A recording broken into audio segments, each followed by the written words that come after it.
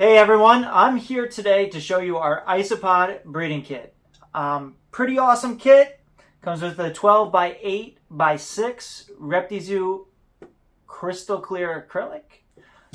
It comes with our NutriFresh diversified insect diet, which is probably one of the best insect diets out there. It's calcium fortified. It is also irradiated and packed with nitrogen in our 1-pound bags for freshness. We have our Biomix, which is about to be released. It's coming soon.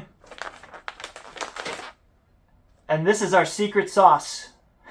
This is what we have been breeding all of our isopods on for years, very successfully. It has a great composition of organic components, such as oak products, oak leaf litter, sphagnum moss, charcoal, dolomite, which is calcium. It has everything that you need, and there's a little bit of secret stuff in there too. You know, we can't give away everything, but it's in there. It's great. This is going to be widely available in the next couple weeks to come, so make sure you stay tuned for our general broad release of Biomix. We also have our leaf litter, which is natural oak leaf litter, Eastern. Obviously, we're from New York. We have it foraged. It is pesticide free. It is organic matter, little tasty bites for your isopods. You also get this little misting bottle by Reptile. This will help you create your humid, moist side of your enclosure. Many people think that ventilation, too much ventilation, little ventilation. I don't mind ventilation because we can control the environment a little bit better. So this one has a lot of ventilation, which is perfectly fine because we want to create a gradient for the isopods. These little beautiful land crabs, as I like to call them, because essentially they are crustaceans, they do have gills, which is pretty awesome. So that moisture gradient is important because they need a place to retreat to so that they can actually respirate the moisture. The humidity is what they thrive on. So it's very important to have that. So also, if you're creating a bioactive habitat for your reptiles, you would do the same. Believe it or not, you could pretty much set up a desert terrarium as well and have one corner with some sphagnum moss and some moisture for them to retreat to, maybe a couple hiding places, and they'll be all good. We have in the kit also a piece of egg crate. We like to use this in-house. It may not be the nicest thing, but I like it because it contains cellulose, which is what a lot of foraging insects like to eat, such as isopods. This also can hold humidity when it gets a little damp, which is also pretty good for them.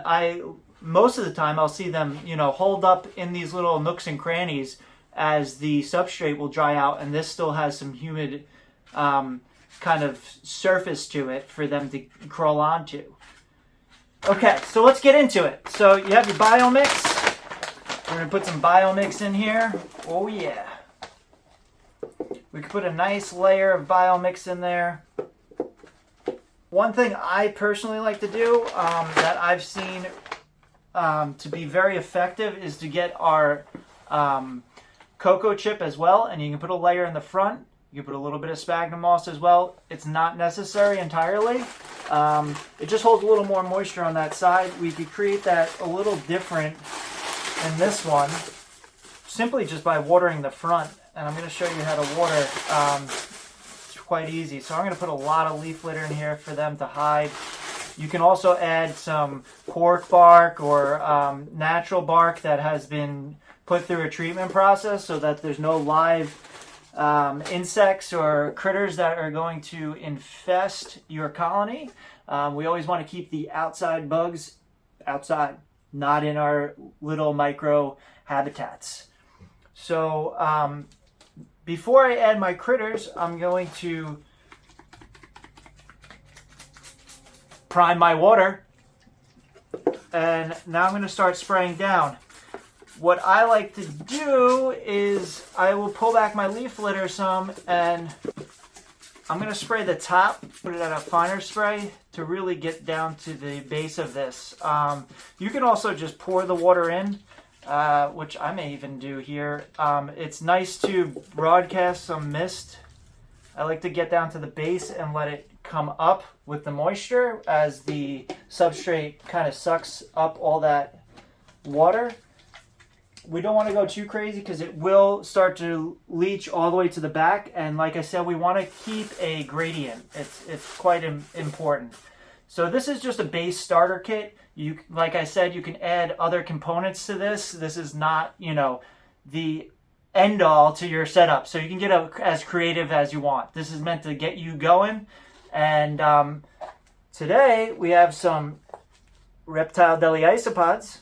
You can pick them up at your local PetSmart, or you can get them off our website or from one of our retailers that are authorized to sell our product.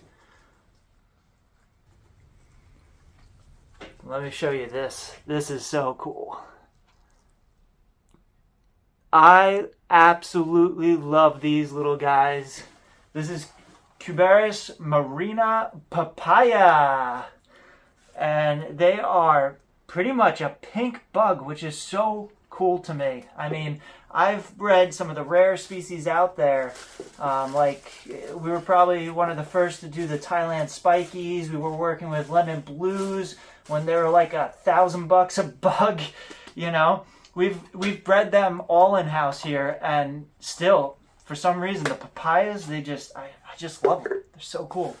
So we added in our papayas.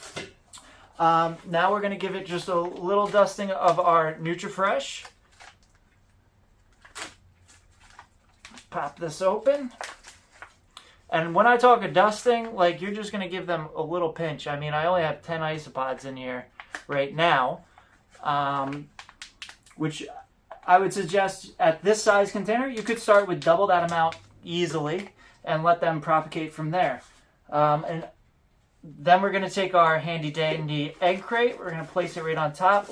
What I tend to do when I use this, though, is I like to put it kind of a mix between on the soil and on the leaf litter, so it's actually touching the soil, because it tends to be more of a shelter, a natural shelter. If you think about like a fallen log or a fallen tree in the forest, it's going to be kind of pretty much touching directly upon the soil itself, because even if there was leaves there at one time, they're all going to biodegrade and go through that bioactive process of breaking down and going through the nitrogen cycle, and the isopods are actually an important part of that. And that's why they've become so popular in the pet trade and using them in your terrariums. So this is pretty much plain and simple and easy. Now it's just going to take some time, some patience, because they do take a little while to get going. But optimal temperature for these, we want from 70 to 78 degrees tops. That would be the range. They can go a little bit cooler, and that's fine, but they're not going to produce as rapidly. They're going to kind of shut down at lower temperatures. So in my opinion, over the years, we've seen optimal temperature is really about 76 to 78 degrees in a constant environment. I do have rooms that we have a temperature gradient, which I'm a huge fan of. Even in all production, of animals in captivity, we like to give them the opportunity to go away or come back. And what you can do with these, if you have a house that's kind of on the cool side, is you can get one of our ReptiZoo thermostat heat mats, and you can put it right on the bottom. And it has a little thermostat built right in, so you can put that right on this acrylic. These acrylics are incredible. They're really well made. They're made of high-grade acrylic. They're very nice. They also come with these little ports on the back, and I'm going to show you what's really cool about those little ports. Put my top on. The tops on all of the acrylics have magnets on them, so it's pretty cool. They kind of just click right into place. And I'm going to grab my little LED panel over here from my setup next to me. And look at that. It has a little channel. So as you want to grow your collection of isopods, These acrylics are great for small reptiles as well because we can heat them, but you can take all your species that don't necessarily need the UV light and keep them in here, arachnids and such. And this is what it would look like. I mean, that looks awesome. It doesn't get better than that. And you could just continue to stack your isopod colonies and it'll look all fresh and neat. I mean, I've been wanting to do my own isopods like this, but at the end of the day, after we have hundreds of tubs of colonies in our rack systems, which I'll show you in another video, pretty cool, pretty efficient, pretty awesome. I would do it this way. You know, optimal viewing when they're out and about. The other thing that I didn't mention is with the isopods, you like to give them some fresh vegetable. We do it about 2 times a week. We take it out as it starts to mold or get old. We pretty much replenish vegetables every few days. A carrot, squash, they love.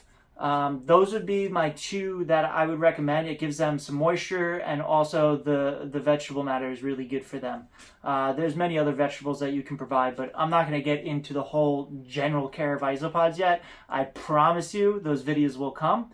I thank you for your time and you have an awesome day.